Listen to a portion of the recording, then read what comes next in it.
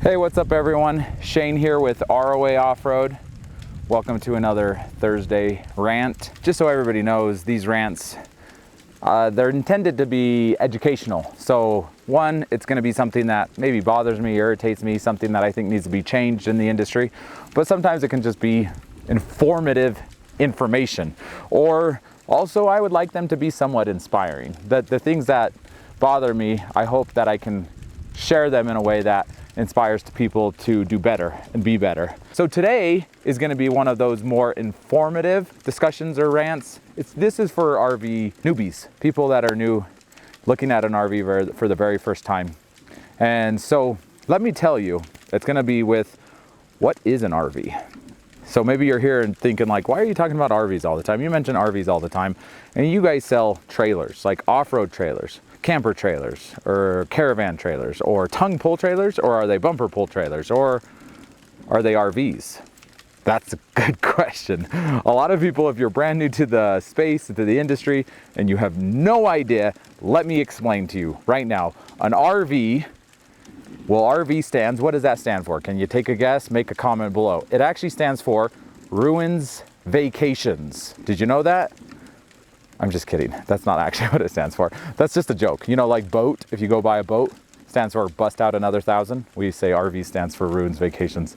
Not really. RVs are awesome. They're incredible. I grew up RVing my whole life. My parents have owned some sort of RV. Now what is an RV? RV stands for recreational vehicle. So what does that entail? Okay, I think the perception, or most people, probably from that old Robin Williams movie called RV, if you ever watched that one, it's where he actually gets a giant motorhome. See, once again, that's a motorhome, and it's a Class A RV.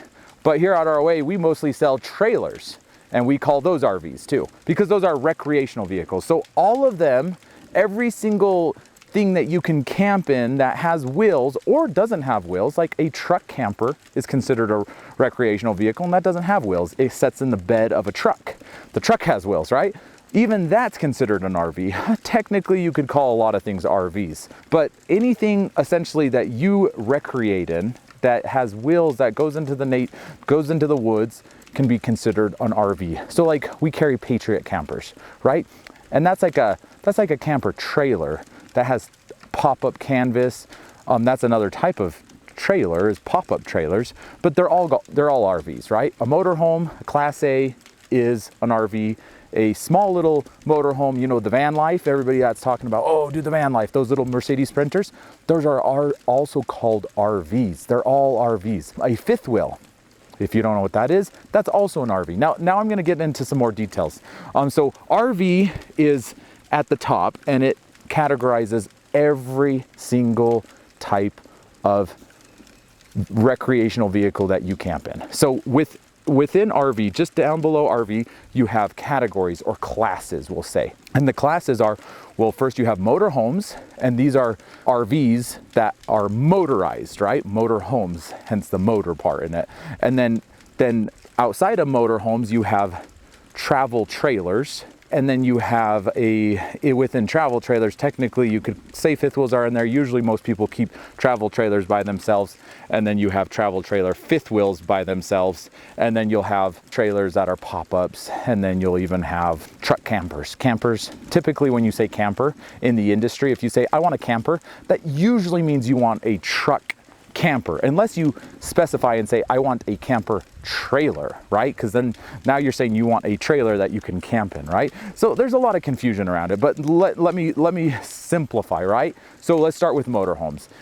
Motorhomes, once again, it's a RV that's a recreational vehicle that has a motor on board that's propelling the vehicle. So within motorhomes, there's a few different classes.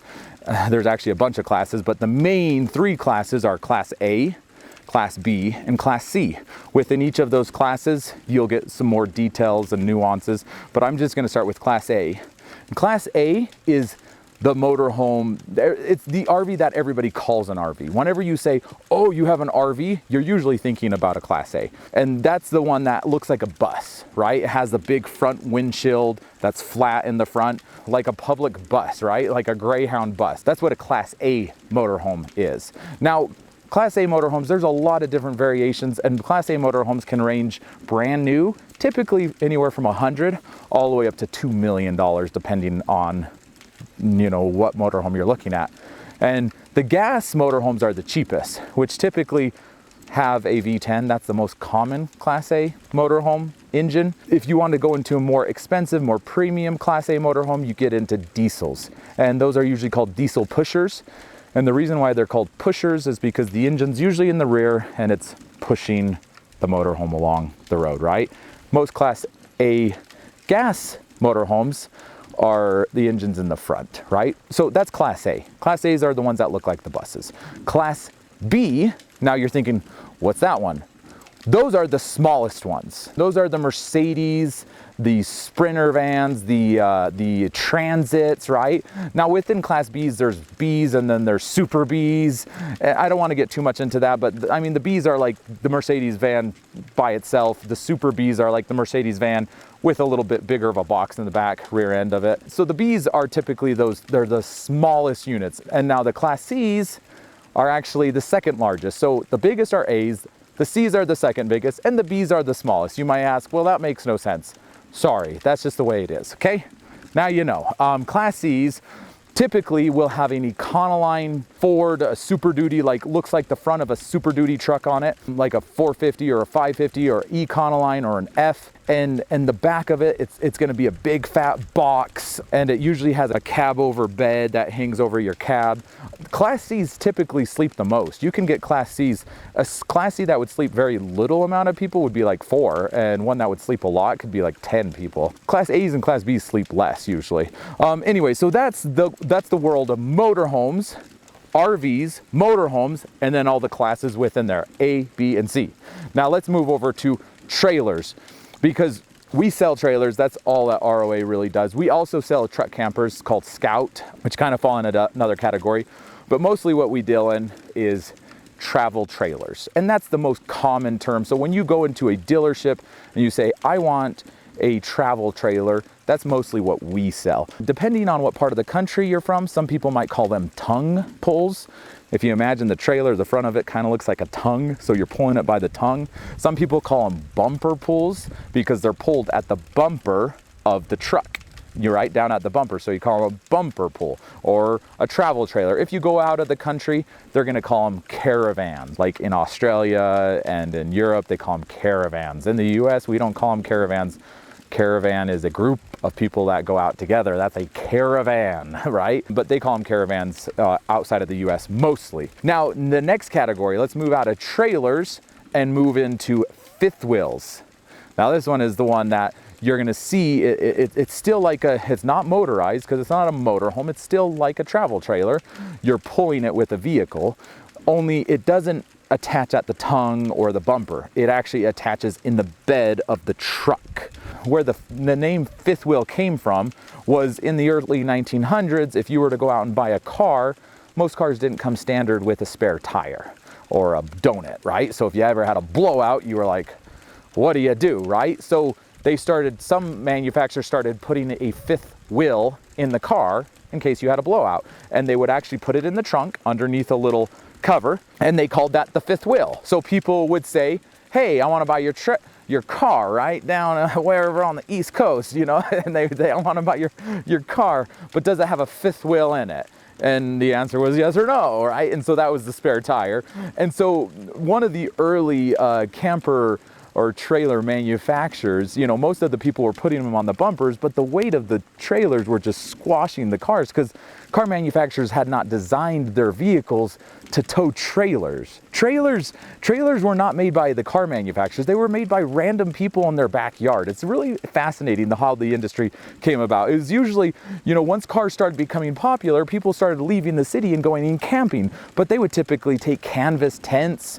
But then there were these, you know, guys out there that were super handy that started taking apart their, you know, their Model T chassis. They would pop the bolts up and they would throw on their little makeshift camper or trailer, and then they would put it together and they'd go out into the woods and everybody would see and go, that's really cool, will you make me one? And they'd go back home and lo and behold, we have Fleetwood, right? Or Winnebago. All of these manufacturers came about usually from guys first building them for themselves and then start building them for the public. What happened is one of these manufacturers, I can't remember which manufacturer it was, I think it may have been Fleetwood, but I'm not sure, but he decided, hey, instead of putting it at the bumper and having it squat all the weight of the vehicle, what he did is he removed the trunk off the back of the vehicle and he removed the spare tire and he made a contraption there that would have a hitch on it, and his trailer that he made was designed where it went up kind of like a gooseneck adapter or a fifth wheel that you see nowadays, and it went in and plugged right above where the fifth wheel would have gone. In the RV industry, fifth wheels tow the best.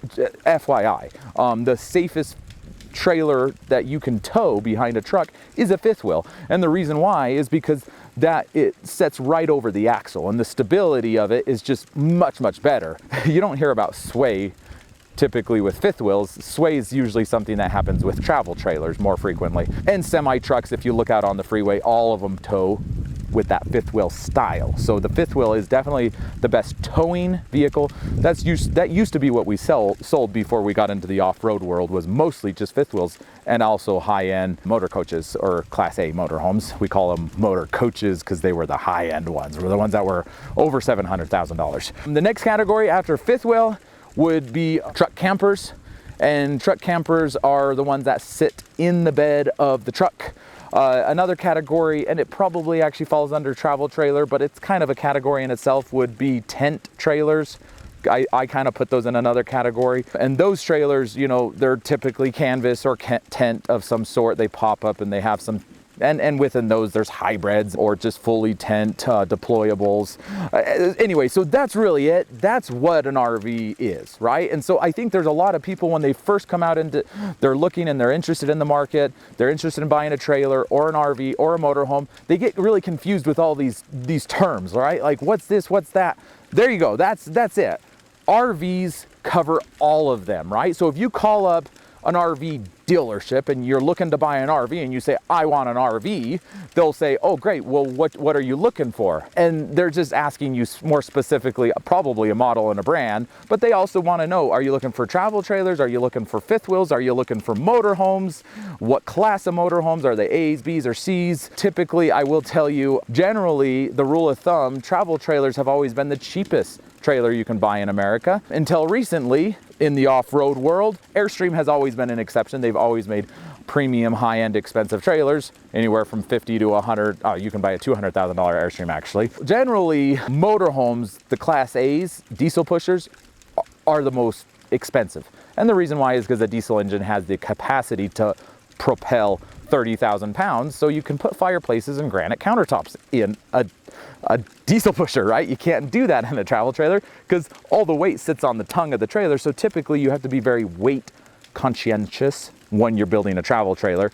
And so typically they get the cheaper, more low-end stuff in them because of weight issues. Now, I mean, even batteries, right? Like, batteries in the past were super heavy. Nowadays with lithium batteries, everything's becoming more available. Like, you can start putting more premium components and stuff in travel trailers because a lot of the components and things are lighter than they used to be. But anyway, that's it. That's all of the categories. Hopefully you learned something. I know if you've already owned trailers, you already know this. This is all obvious to you, but I know there are a lot of people out there that they just are really confused about this subject or this topic. Hopefully you learned something, and stay tuned for next week's rant. I'm actually going to do a rant on why you should not live in an RV. So stay tuned, subscribe if you want to see that. If you like this, subscribe, share with a friend, make a comment too. I love to hear your comments. And we're actually going to start doing a live rant on Thursdays, the first Thursday of the month. We're going to start trying to do live rants where we'll actually go live and let you make comments and I can answer your questions right on the spot, which is kind of nerve-wracking to me, but it sounds exciting too, so we're going to go for it.